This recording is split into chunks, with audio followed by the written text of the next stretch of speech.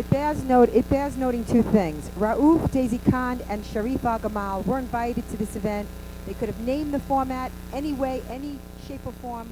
They refused to come. That's the first thing. And the second thing is, the first imam is gone, the second imam is gone, they've raised no money. Don't think that we're not making a difference. We're making it very, very hard for them. That's not an accident. I'm sorry, we're running out of time, so the rest of the speakers we have to keep short, but I want to get everybody in. I'd like you to hear from Joyce Boland, who's lost her son, Vince, and have her feelings shared with you.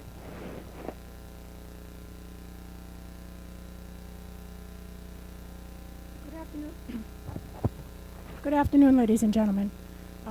First of all, I'd like to thank Pamela Hall for letting me come here to speak, and I would like to thank all of you for being here and staying here and listening to what we have to say, because we really need your help. My name is Joyce Boland. I live in a small suburban town called Ringwood in the state of New Jersey. I had a son. His name was Vincent Jr. He was 25 years old. He got his Bachelor of Arts in Business from NYU.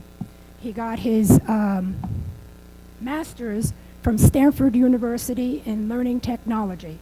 He loved New York City. He got his master's in May of 2001. In July of 2001, he got a job with Marsh & McLellan on the 97th floor of Tower 1. His office was right in the front. The pathway of the plane was directly where his office was. Now, you saw that film. I'm sure he didn't know it was a plane coming into the building, but you can just imagine the roar and the sound that the people that were working there heard. They must have been petrified. I can only hope that they were killed instantaneously, that they didn't feel anything. I am one of the lucky families, if you can call me that. I did get some remains of my son. My mortician was given 3 small brown manila envelopes that he would not let me touch them, he would not let me hold them. To this day, I'm sorry that I didn't make him do that.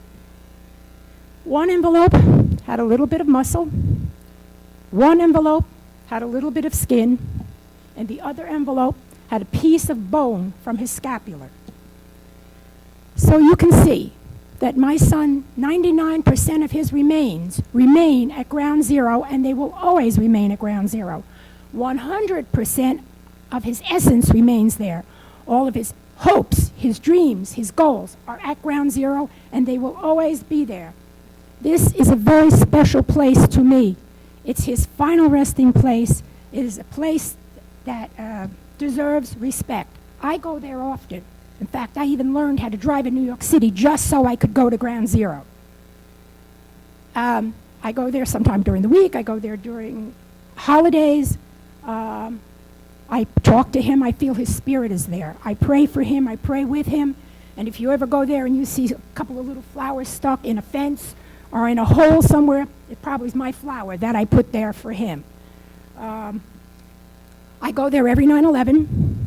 And I go there every Christmas Eve, because I'll bet many of you don't know, but on Christmas Eve, there is a midnight mass that's said right out Ground Zero outside. Whether it snows, rains, it's cold, it doesn't matter. Family members and friends are invited to go there. There's just a folding table that's a makeshift altar with a priest, and he says mass, and that's where we go so that we know that we can be close to him. Why is this particular spot so important? Why does the mosque have to go in this spot? I'll tell you why. Why I think it has to go in this spot. Why they think it has to go in this spot, because yes, it is symbolic. It's symbolic. If they put this mosque up at the feet of Ground Zero, it overshadows Ground Zero.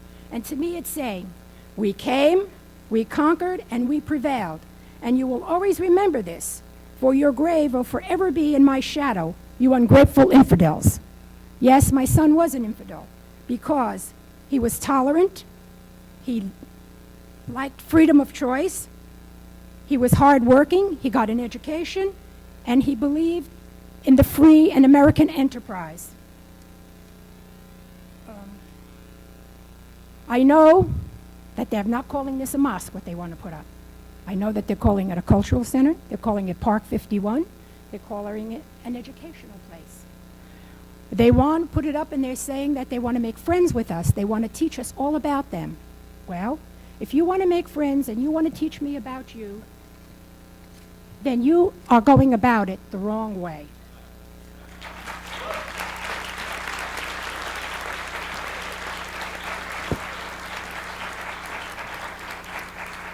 You don't take my hand, one hand, and say, nice, nice, come here, let me show you.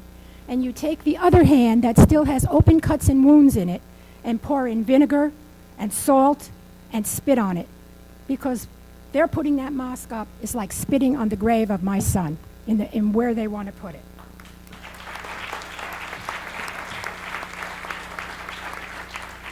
You know, folks, if it smells like a rose and it looks like a rose and it has thorns like a rose and this has a lot of thorns, it's a rose.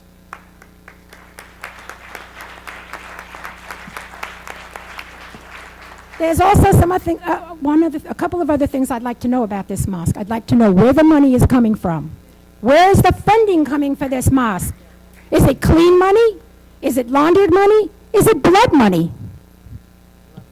Blood money is what I would think. Okay?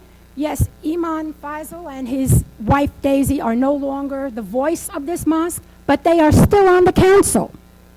And they're on the board, they're still on the board. So I'll bet it's like a Trojan horse, you know? Hide it and you don't see it, it's not there. But it is. And I'd like to say, as I wind this up, that every year on 9/11 and at Christmas since my son's death, I have written a letter to him. And I would like to read the letter to you that I wrote to him this year on 9/11. I wrote, Dear Vincent, it is now 9/11/2010. We have once again gathered to remember family and friends. The 3 bells toll as we stand and we hear the name of our loved ones, and that brings forth our tears. You are never forgotten. You never could be. Your memories will live on in infamy. The years have been hard, and there never is peace. Now we have to put up with an Islamic mosque right near Ground Zero's feet. We rally, and we fight, and we try to protest. But they tell us it is religious freedom, so lay it to rest. The powers to be are so mixed up right now between money and political correctness, they expect us to bow. My heart and my head will never accept this insult, I am sure. And I will fight with my last breath to overturn this mandate. Of that you can be sure. For if we don't wake up to what is really going on all around us today, my grandchildren and everyone else's will pay the price in a terrible way. The radicals will win, Sharia law will prevail, and our loved one's death will have been to no avail. So, ladies and gentlemen, may God bless us all and wake us up before it's too late. And if there is anything that any of you can do to help stop the building of this mosque near Ground Zero, I would truly appreciate it. For I would like some respect for the spirit of the soul of my son. Thank you all very much.